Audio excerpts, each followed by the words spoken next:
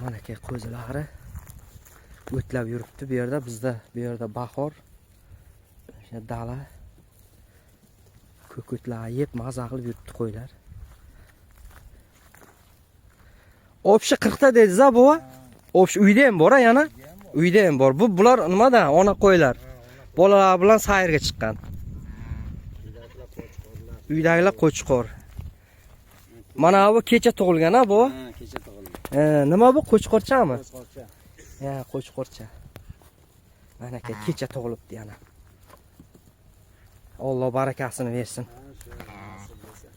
Ko'paytirasizlar bu bularni. Nasib bo'lsa.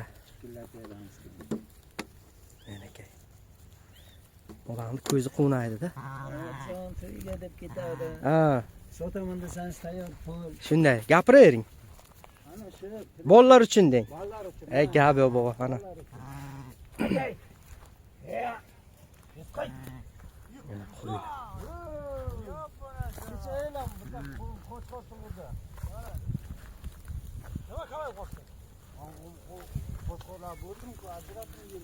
Ko'zalar qo'ylar lekin ancha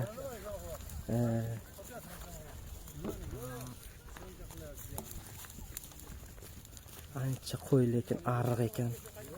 Men endi bilganim bu prosta son uchun boqib yuribdi qo'ylarni. Lekin juda ariq. Onalari juda ham ariq, abgor holatda. Soni bo'lsa bo'ldi xullas. Bu yerda har yil ana shuncha 10 ta 15 tachaga qo'zi oladi. Qo'zilarni boqib sotadi-da, ana shu qo'ylarni yana tug'dirib, xullas ko'paytiradi o'zi uchun. O'zini nimalari uchun-da, endi o'zini ehtiyojlari uchun oilaviy. Shu qo'ylar juda lekin ariqda. Ular faqat ana shu dalaga chiqadi, mana. Ana shu yerga chiqadi-da, mana shu o'tlarni, mana shu yantoqlarni yeydi. Bo'ldi, qarochi uyga olib kirib tashlaydi.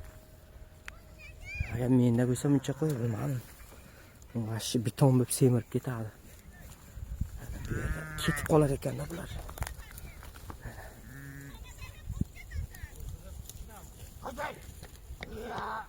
Qo'zilari.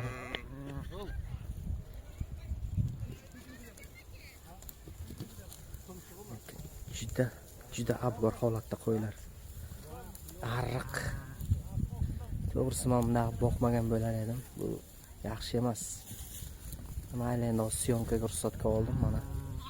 Biz tushiray deb bir tomoshaga sizlar uchun sotilmaydi bular aytmoqchi.